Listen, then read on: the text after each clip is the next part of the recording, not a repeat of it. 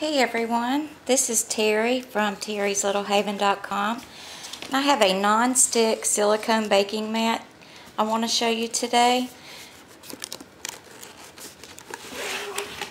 It comes packaged in this box from Amazon, and it has neat little numbers down here so you can see which way it goes and how big it uses. And I also like the center circles where you can put down your cookies or whatever you're making, and to keep it from spreading onto the other cookies. You just put it on your baking pan. You put your cookies or biscuits or whatever you're making on the pan, and that's it. You just bake it, and when it's through, you wash it off with hot sudsy water, and that's about it.